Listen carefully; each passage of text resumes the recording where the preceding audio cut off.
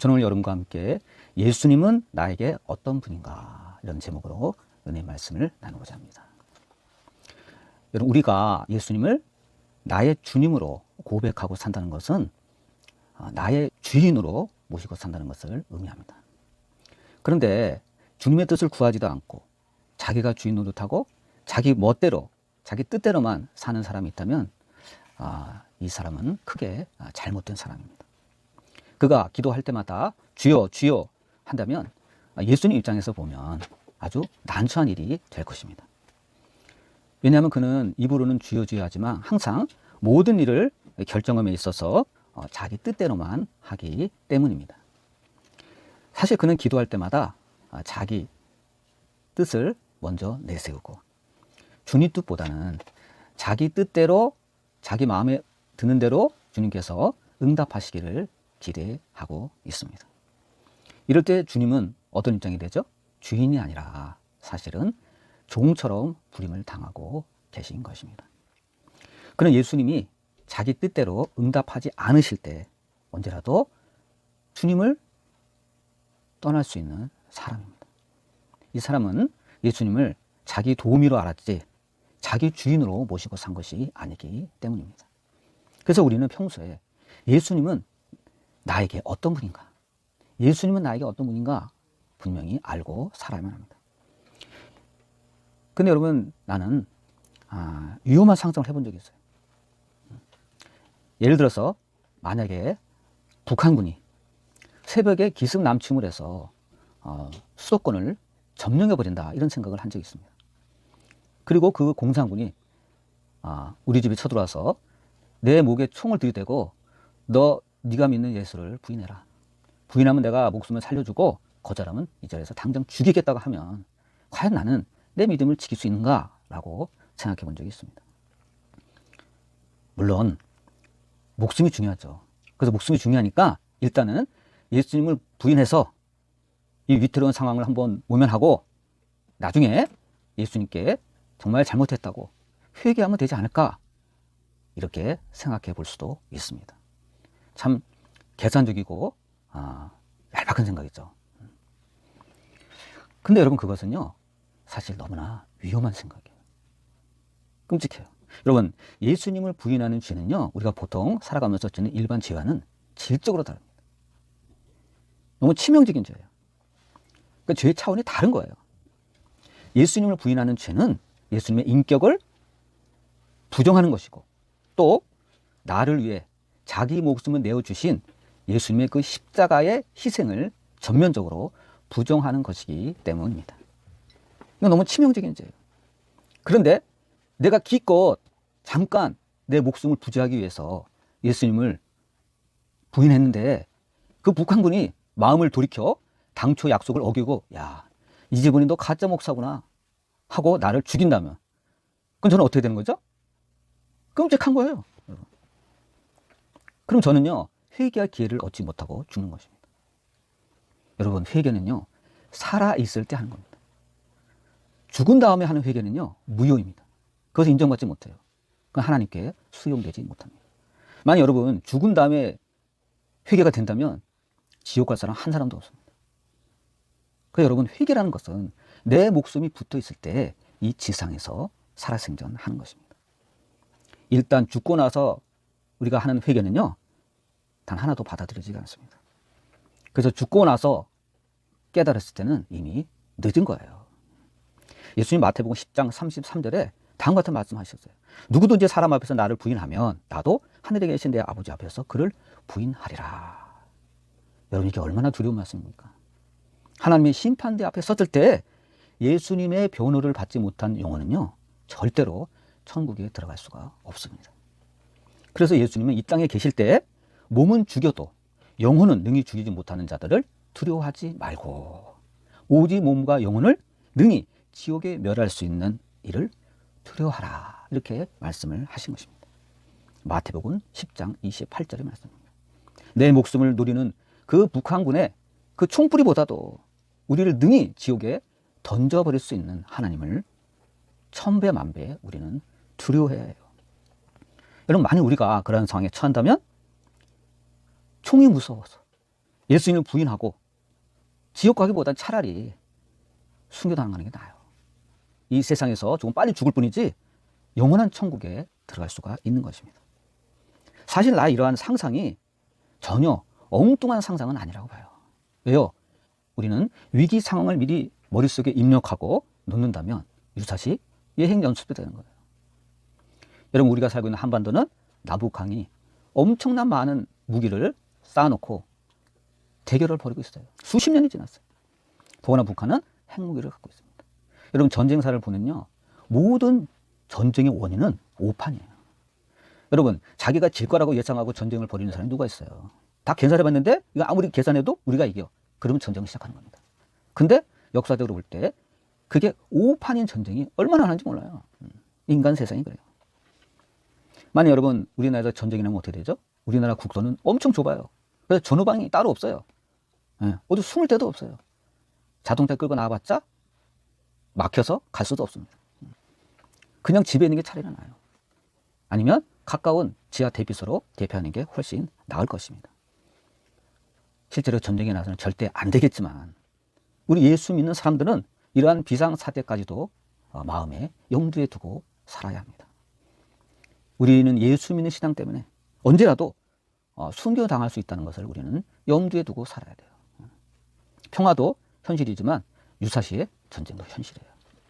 그러므로 우리는 평소에 예수님은 나에게 어떤 분인가? 이러한 생각을 항상 갖고 있어야 됩니다. 그리고 예수님은 나를 구원하신 나의 주인이라는 생각을 우리는 항상 염두에 두고 살아야만 하는 것입니다. 그래야 어떠한 상황을 만나더라도 절대로 예수님을 부인하지 않고 살다가 무사히, 글자 그대로 무사히 천국에 갈 수 있는 것입니다. 여러분, 순교자라는 책이 있어요. 재미 동포였던 김은국 씨가 쓴 소설인데요. 이게 출간 당시 미국에서 20주간 베스트셀러에 오른 책입니다. 세계 10여 개국에 번역이 됐고 또 그해 노벨문학상 후보로 올랐을 만큼 굉장한 책이에요. 근데 이 책의 주요 스토리를 보면요, 6.25 전쟁 당시를 배경을 하고 있습니다. 공산군에 의해서 어느 날 평양에 살고 있던 목사 12명이 처형이 됐어요. 그런데 그 현장에 있던 2명만 가까스로 목숨을 건집니다. 근데 그 2명 중에 1명은 그 상황을 보고 정신이 돌아버렸고 1명만 온전히 살아남을 수가 있었습니다. 그런데 세상은 어떻게 알고 있냐면요, 처형된 목사 12명은 순교자로 인정을 받았고 무사히 살아남은 그 1명의 목사님은 예수님을 부인한 사람이라고 이렇게 알려져서 교인들의 비난을 받았습니다. 예수님을 부인하고 살아남았다 이거예요. 이렇게 세상에 알려졌습니다. 그런데 나중에 평양에 들어간 국군이 조사해 보니까 이거 웬걸? 전혀 달라요. 완전히 뒤집힌 거예요. 사실은 정반대예요. 처형된 목사 12명은 공산당에게 저항도 안 했고 오히려 기도해봤자 무슨 소용이냐, 우리 하나님을 부인하고 서로 막 다투면서 목숨을 구걸하다가 공산군에게 죽임을 당했다는 사실입니다. 이게 진실이에요. 오히려 사람들한테, 교인들한테 비난받았던 이 1명의 목사님이야말로 오히려 당당하게 자기 신앙의 지주를 지키며 공산군에게 대항했던 사람이라는 것이 밝혀집니다. 근데 희한한 거는요, 이 1명의 살아남은 목사님, 교인들한테 손가락질 당하는 이 목사님이 오히려 그 사실을 알면서도 완벽하게 숨기고 예수님을 배신하고 죽은 12명의 목사를 순교자라고 평가를 했습니다. 왜 그렇죠? 왜 그래요? 교인들을 위해서 진실을 숨긴 겁니다. 그들이 너무 충격을 받을까봐 그 12명이 주님을 부인하면서 죽어갔다면 너무 큰 충격을 받을까봐 그 진실을 은폐한 거예요. 여러분, 이 순교자라는 이 소설은 비록 꾸며낸 이야기지만 우리에게 많은 사실을 가르쳐줍니다. 여러분, 인간 세상에서는요, 이처럼요, 얼마든지 진실을 왜곡하고 어떤 목적을 위해서 숨길 수가 있습니다. 여러분, 사실 이런 일들이 많아요. 본말이 전도된 사실과는 다른 이렇게 전해진 이야기들이 많습니다. 그래서 이런 말도 있잖아요. 살아 들어온 영웅은 영웅이 아니라고. 진짜 영웅은 죽은 사람이라고. 그리고 죽은 사람은 말이 없잖아요. 살아 들어온 사람은 영웅으로 취급받는 거예요. 근데 정말 열심히 싸운 영웅은 전쟁에서 죽은 영웅이라고 그랬잖아요. 세상에 이런 일이 많아요. 근데 여러분, 그것이 그 의도가 아무리 선한 의도에서 그렇게 했다 할지라도요, 천국에서는 통하지 않습니다. 여러분, 주님은 속일 수가 없어요. 그래서 주님은 다음과 같이 말씀하셨어요. 감추인 것이 드러나지 않을 것이 없고 숨긴 것이 알려지지 않을 것이 없다고 말씀하셨습니다. 어디에서? 천국에서. 여러분, 주님은 하나님 우편에서 다 보고 계세요. 아무리 위장해도 우리 주님은 다 아십니다. 그러면 여러분, 이 세상에서 진짜 불쌍한 사람이 누굽니까? 선택받지 못한 사람이 아니에요. 진짜 불쌍한 사람은 누구죠? 선택받았으나 버림받은 사람이에요. 여러분, 우리가 길에 다니다 보면 믿는 자들보다 믿지 않는 사람들이 많잖아요. 불신자들이 훨씬 많잖아요. 우리 입장에서 보면 저 사람들은 구원받지 못해서 불쌍하구나 이렇게 생각할 수 있어요. 물론 불쌍해요. 근데 여러분, 진짜 불쌍한 사람이 누구냐면요, 선택받았음에도 불구하고 끝까지 주님 안에 거하지 못하고 도중에 나가버린 사람이에요. 자기 복을 걷어쳐버린 사람이에요.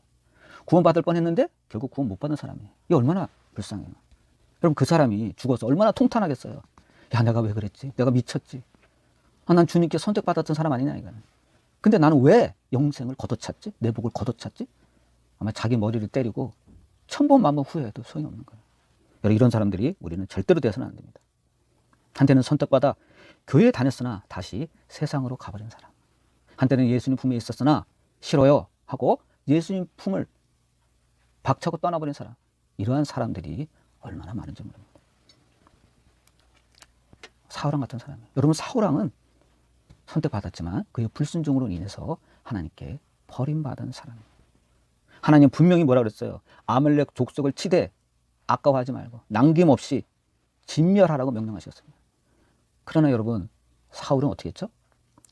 아말렉 족속을 치되 골라가며 쳤어요. 우리 주님은 전면적으로 다 치라 그랬거든요. 그런데 그는 그의 왕 아각을 살려주었고 생포해왔고, 또 살찌고 좋은 짐승은요 죽이지 않고 남겨놨어요. 그 짐승들을 끌고 온 거예요, 자기 진영으로. 여러분, 선택적인 순종은요 불순종이에요. 이 때문에 사울왕은 하나님께 버림받은 거예요. 여러분, 우리는 사울왕이 아니기 때문에 하나님으로부터 이런 종류의 명령은 받지 않을 겁니다. 그러나 하나님의 명령은요, 어떤 명령이든 간에 그 원리는 똑같아요. 우리가 하나님의 말씀에 대한 전면적인 순종을 하지 않는다면 하나님은 우리를 징계하실 것입니다. 하나님은 우리의 주인이시기 때문에 우리가 하나님의 뜻을 알면서도 내 임의적으로 선택적으로 하는 순종은요, 순종이 아니에요. 여러분, 그 하나님을 무시하는 것이고 하나님께 불순종하는 것입니다. 여러분, 잘 생각해 보세요. 우리는 하나님 앞에 순종하며 살고 있다고 하지만 우리가 얼마나 전면적으로 순종을 합니까?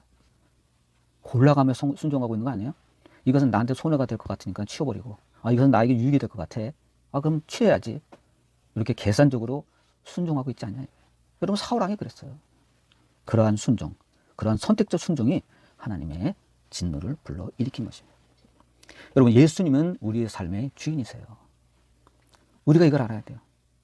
내가 주인 노릇하면 안 돼요, 여러분. 그럼 실패해요. 그러므로 우리는 범사에 주님의 뜻을 구하고 그 명령에 순종해야 합니다. 내 임의적으로 하지 말아야 됩니다. 하나님 명령에 순종할 때, 주님의 뜻을 구하고 하나님 명령에 순종할 때, 그러면 주님은 우리를 기뻐하십니다. 여러분, 하나님이 아브라함을 왜 기뻐했죠? 어느 날 네 아들 이삭을 모리아 땅에 있는 산에 가서 번제물로 바쳐라 그랬어요. 여러분, 말도 안 되는 명령이에요. 사실 일반적으로 볼 땐 이게 말이 됩니까? 어떻게 해서 얻은 아들인데? 그런데요, 아브라함은요 묻지도 따지지도 않고 그대로 했어요. 그랬더니 여러분, 이삭이 죽임을 당했나요? 아니잖아요. 하나님 때도 말리셨잖아요. 야야야, 아브라함아, 내 독자 이삭에게 손대지 마라. 나 이제 내 마음을 알았다. 하나님 그런 분이에요. 여러분, 아브라함에게 이삭을 바치라는 명령에 그 순종했을 때 길이 열린 거예요. 여러분, 여러분이 갖고 있는 이삭이 무엇입니까? 각 사람마다 그 다를 거예요. 근데 그것을 바칠 때 길이 열린 거예요. 그래서 하나님이 큰 약속을 하십니다. 어떤 약속을 하죠? 내 후손이 하늘의 별과 같이 바다의 모래와 같이 크게 번성하며, 그냥 번성하며 크게 번성하며 그 대적의 성문을 차지하리로다. 야, 여러분, 예수님은 나와 여러분의 주인이십니다. 부디 주님 말씀에 순종함으로 아브라함처럼 영광스러운 미래가 펼쳐지는 저와 여러분이 되시기를 주님의 이름으로 축원드립니다. 아멘.